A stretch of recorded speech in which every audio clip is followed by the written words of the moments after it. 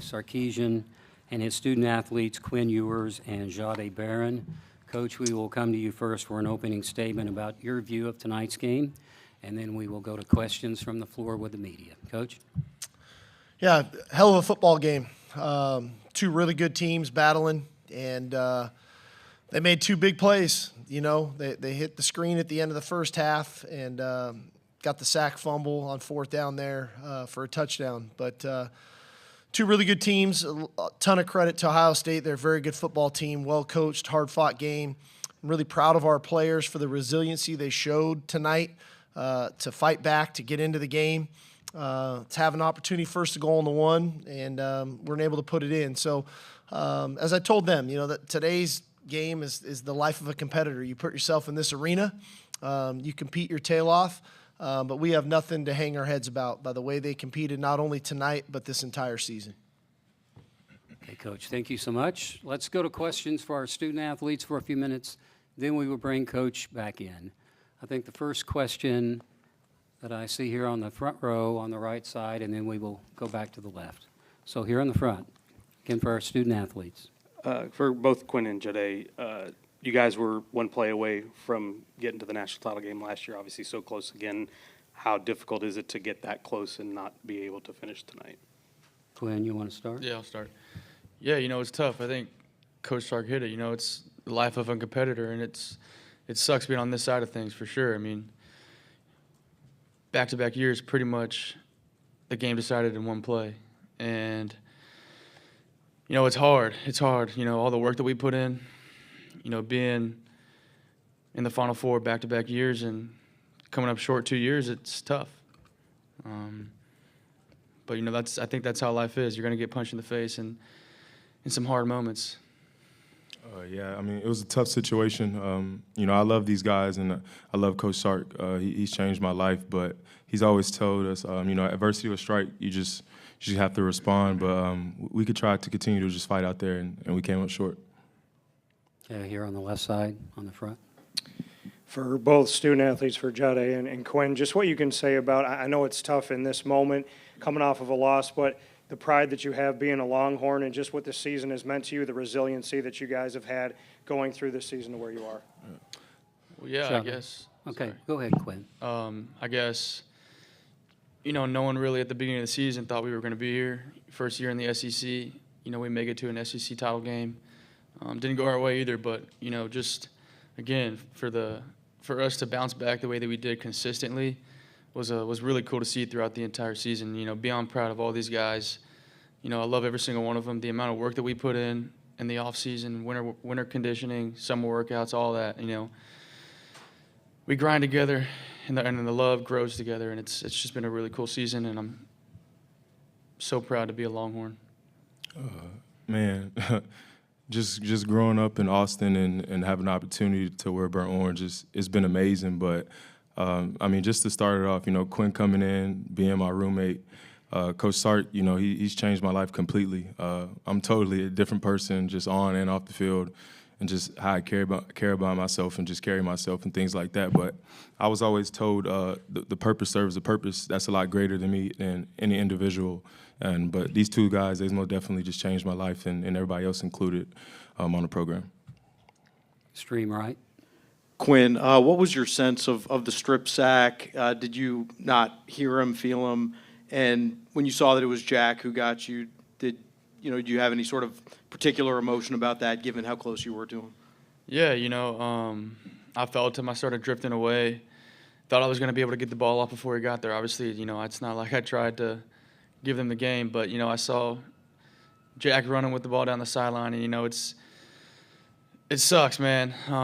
But, you know, he's a great player, great individual, great person. You know, we, like you said, we were roommates when I was up at Ohio State, so, you know, it sucks. It sucks, but, you know, Jack's a good player, and he made a great play. No, on the left, up front.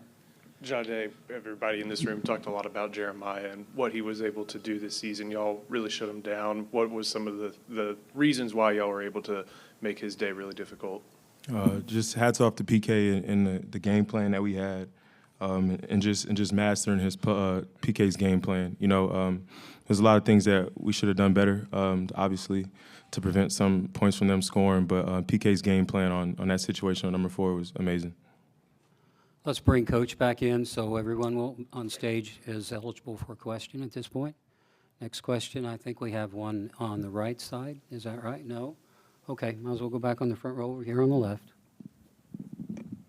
Cedric Golden, Austin American Statesman for Jahdae and Quinn. You guys were 2 central figures in this rebuild from Coach Sark. How do you feel you're leaving the program with the talent that was displayed from guys that we know will be back next year? Yeah, well, I think, again, it's just a testament to Coach Sark and the guys that he brought in and the coaching staff that just completely changed, Texas football. And, growing up as a Longhorn and being able to play for the Longhorns and see us, going to back-to-back, semifinal games has been cool to be a part of. And, I hope we made the fans proud with our performances this year. We came up short, but I think we're definitely headed in the right direction as a program. It's going to be amazing for these guys, and the reason they're going to be amazing because Coach Sark and what he's about. It's nothing about football. It's nothing about none of it. It's culture and who you are as a person. I know he tells y'all guys all the time, but as soon as he got here, our GPAs got better. He pushed me to graduate. I know that was hard on him, but just the amazing things that he's done, and it's beyond football. He truly wants everybody to be a better person, and the better the person, the better the ball player. And I know these guys, they're going to come back. Front row. Danny Davis, Austin American Statesman. Steve, on first and second down, what was kind of the thought process behind Jarek on first down and the toss to Contravian on second? Yeah, really, the first 2 plays, we threw the ball into the end zone. We got back-to-back PIs. And when we got down to the 1, we went to a heavy package, which is Jarek's package. And so we ran it, and we obviously didn't get much movement at all. And we had a plan to try to get the ball on the edge when we got down there. They went to big people. I can't quite tell. It was on the far side of where it got leaky.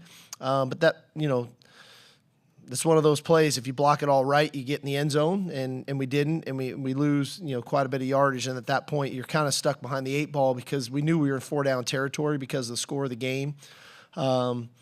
And I was okay even if we didn't score, not that I didn't want to score, but thinking, all right, they're going to have to be backed up, and we'll probably get one more possession with good field position. The last thing you think is that, the sack, and this is going to bounce right to the guy who's going to run for a touchdown. So it's unfortunate that was the circumstances because it was a really nice drive by the offense to get all the way down there, and first and goal on the 1, and we don't score. You quite frankly, you probably don't deserve to win that way. Let's move to coach's left on the second row. Sean Judge, CBS Sports. Steve, obviously Quinn hasn't made a decision as yet on his future, but I'm curious, looking back after 3 years of coaching him, what do you take away most from it, and what do you think he's kind of improved on the most? I'm super proud of Quinn, and he's taught me a lot, probably unknowingly to him, because what he went through every year dealing with injury, what he goes through where I don't know if he'd ever live up to the standards of what everybody thinks he's supposed to be.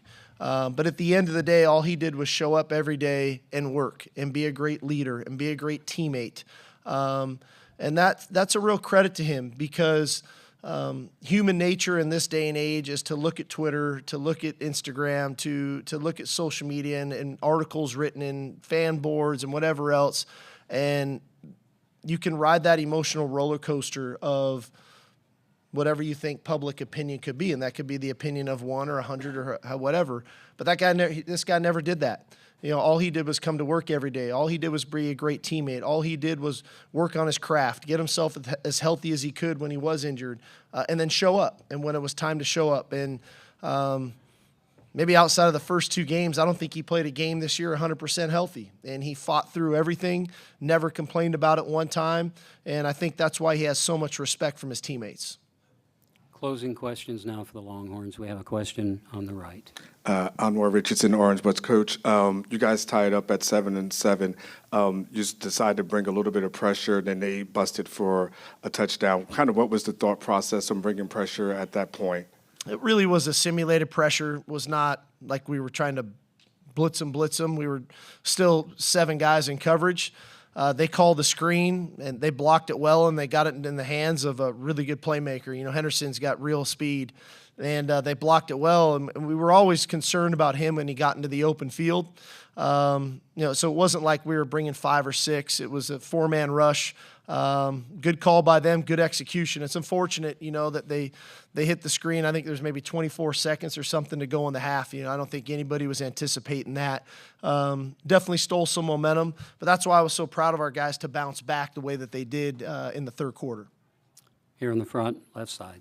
Terry Middleton, Horns Illustrated. Coach, you talked these 2 gentlemen, the game of football, the whole entire team to be better football players. You also taught them about the game of life, and they'll win. How do you feel right now, and how proud are you of what you've accomplished? I'm very proud. I told these guys in the locker room they need to hold their heads high. There's nothing to be ashamed of for what they did this season. The work that they put in, the challenges that we were faced with. Everybody's got their own unique challenges. We had ours. But never did anyone complain. We never got the poor me's. They just worked, and they came back to work. And as a coach, you know, that makes you proud. But what I do know is I think that every player that leaves our program is a better man. And for these 2 guys right here, from when Jahdae was here when I got here, Quinn coming in and trusting us, that permeates throughout our locker room. When you have trust from your leaders, then you get trust from the other players in that locker room. So we've got a great deal of pride. We got a great deal of pride in this helmet. We got a great deal of pride in being Longhorns and playing the game of football the right way. I think we do that. I think we win with class, and I think we lost with class tonight. And I think that that's something that you learn in life. Life's not always going to go your way, but if you can do it the right way, and then you show some resolve and some resiliency, and you be a man about it, and you be accountable for your actions, you can get on the other side of that adversity and keep going forward. And that's what these 2 guys will do, and that's what the other 120 guys in that locker room will do. Final question here on the right. Steve, you've been through so many things in football. Can you describe what you've been through over the last month, just in terms of the emotional stakes of playing 3 of these playoff games? Is it different than anything you've ever been through before? Honestly, it was awesome. I loved every second of it, you know. And I think these guys would probably tell you the same thing. You know, was it easy? No. I mean, football is not meant to be easy. It's a tough sport. You know, it's physically grueling. It's mentally grueling. But I wouldn't have changed it for the world, you know, of showing up every morning with these guys and going to work and playing in some awesome environments and some great games, you know, kicking off the playoff at home against Clemson, to going to Atlanta and playing a double overtime game against Arizona State, and then coming back here and playing against a great team in the Cotton Bowl. So we got to play in some amazing environments this year, from, like I said, from going to Michigan to playing in the SEC championship game, playing at Kyle Field and renewing the rivalry with A&M. There's so many great things that this season possessed that, yeah, it hurts, it stings right now, but I'm not going to let this one game and a couple plays overshadow what we were able to accomplish this season. Yes, we want to be champions. That's what life is about. You always want to come out on top, but there's so much that we can learn from this season, and there's so much to be proud of from this season. Okay, Coach, thank you so much, Quinn and Jahdae. You had a truly outstanding season. I'm very proud of you. So thank you for coming. All right, y'all. Thank you. Hook 'em. I just want to say one thing. I mean, it's been amazing, just the opportunity. But at the end of the day, like, I just want everybody to know, like, you know, usually sometimes you always don't come out on top. But like, we won. We truly know who our leader is, and that's God and Jesus Christ, and ultimately just having the ability to use the gift that He gave us to share it to the world. I mean, it's been amazing, and obviously amazing for me just growing up in Austin and having the opportunity. But everybody's not blessed to do the things we do, to be here. You know, people dealing with fires and chaos in New Orleans. So just to have the opportunity to glorify God on the football field, it's truly been an honor. So I appreciate everybody. Okay, Jahdae, thank you so much.